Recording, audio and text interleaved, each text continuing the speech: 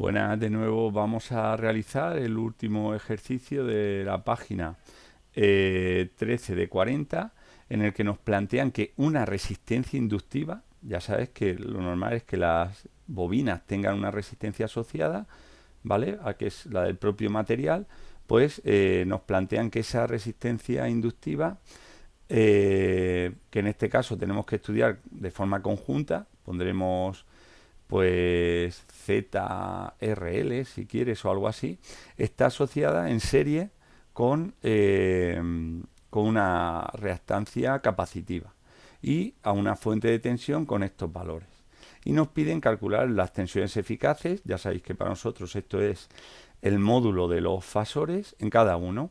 Entonces se trata de un circuito que va a tener una resistencia, una bobina, un condensador conectados a una fuente de tensión de corriente alterna.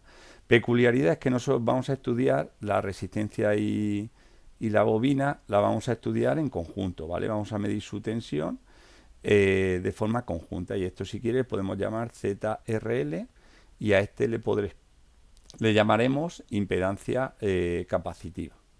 Bueno, pues vamos a la resistencia, ya sabemos su valor, 300 ohmios, no hay que hacer ninguna operación. Y en este caso, para la bobina y el condensador, pues habrá que calcular la reactancia inductiva y la reactancia capacitiva. Tenemos de la ecuación de la tensión, podemos sacar la pulsación, esa velocidad angular omega, que es 100 pi radianes partido de segundo. Y también de esta ecuación pues sacaremos el valor del fasor de tensión, que será el valor máximo que muestra la ecuación temporal, 170 partido de raíz de 2. Recuerda que aquí trabajamos con valores eficaces, y su ángulo de desfase, como aquí no se indica nada, pues es con un ángulo de 0, y ese es el voltaje. Vamos a calcular la reactancia inductiva, la XL, el módulo es L por omega, 1 por 100 pi, ¿vale? Pues 100 pi, vamos a poner, si quieres, 314,16 ohmios.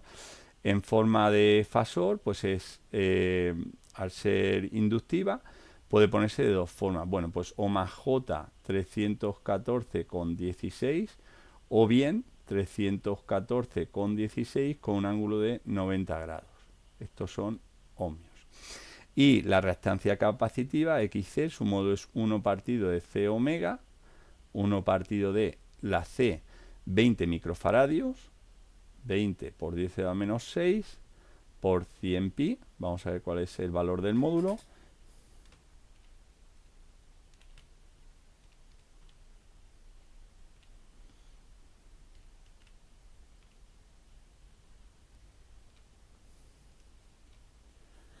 ...159,15... ...159,15... y en forma de fasor, pues al ser capacitiva es o menos J 159,15, o bien 159,15 con un ángulo de menos 90 grados. Y estos son ohmios. Ahora, sabemos la tensión, sabemos las diferentes resistencias, inductancias, capacitancias, o reactancia inductiva o reactancia capacitiva. Pero necesitamos la intensidad que circula por todos los elementos para establecer esas caídas de tensión. Bueno, pues en este caso, el primer paso es calcular cuál es la Z equivalente. Como están todos en serie, hay que sumar todos los elementos. Será la resistencia 300 más, como vamos a sumar, nos interesa la forma rectangular, más J 314,16 menos la reactancia capacitiva, menos J 159,15. ¿Vale? Bueno, pues todo esto, parte real con parte real, solo existen los 300, y ahora más, ¿vale? Porque el positivo es superior al negativo, pues vamos a ver, 314,15, perdón, con 16, menos 159,15. Esto nos da, en forma decimal, 155 más J 155. Si lo ponemos en forma polar, le pedimos a la calculadora que transforme de forma rectangular a polar, le ponemos la parte real 300, le indicamos la parte imaginaria 155 y nos da un módulo de 337,68 con un ángulo de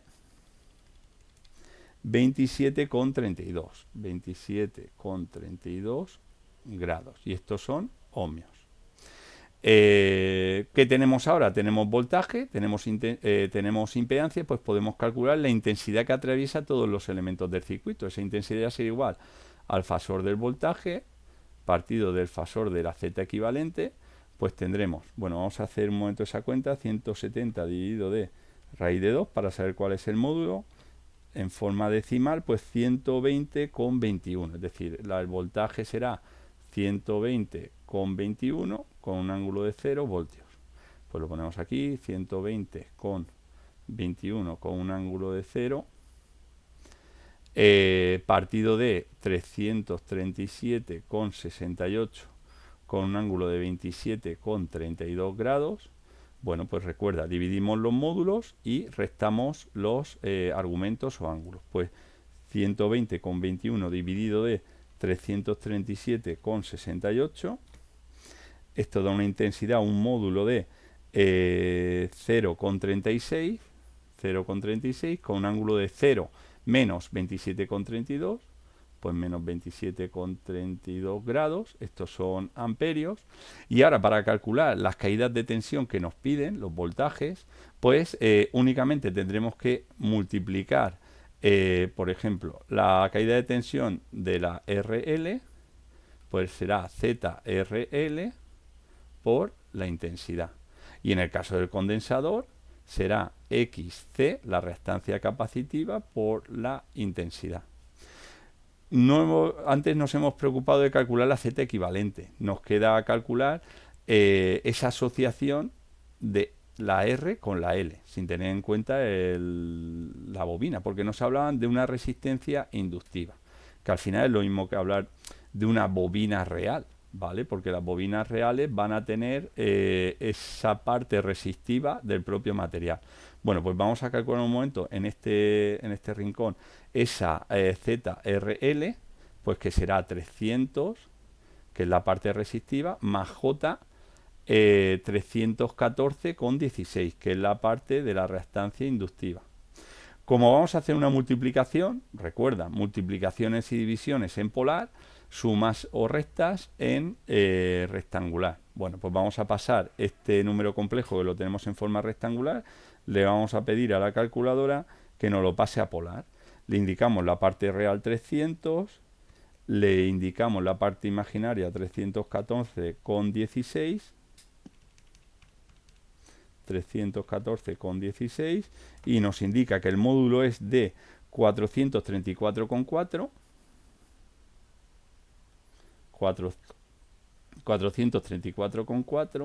con un ángulo de 46,32 grados. Estos son ohmios y ohmios. Y ahora ya solo nos queda, para terminar el problema, pues hacer esta operación.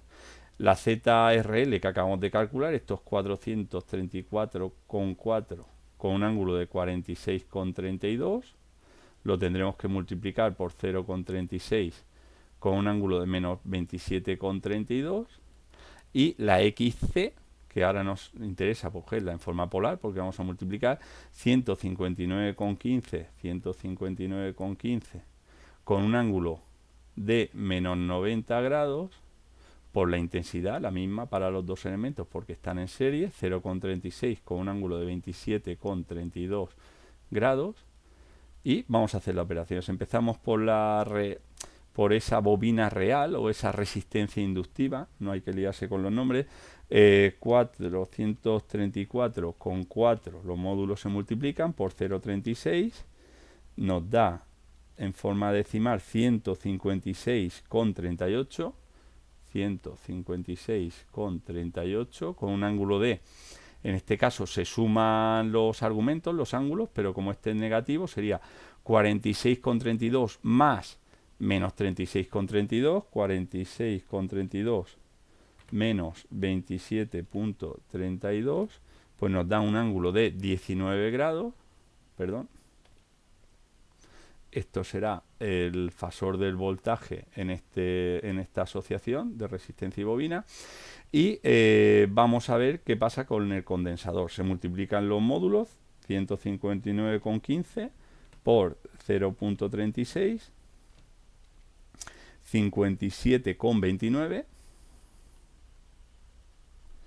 y el ángulo pues sería menos 90 menos 27,32, pues sería menos 90 más 27,32.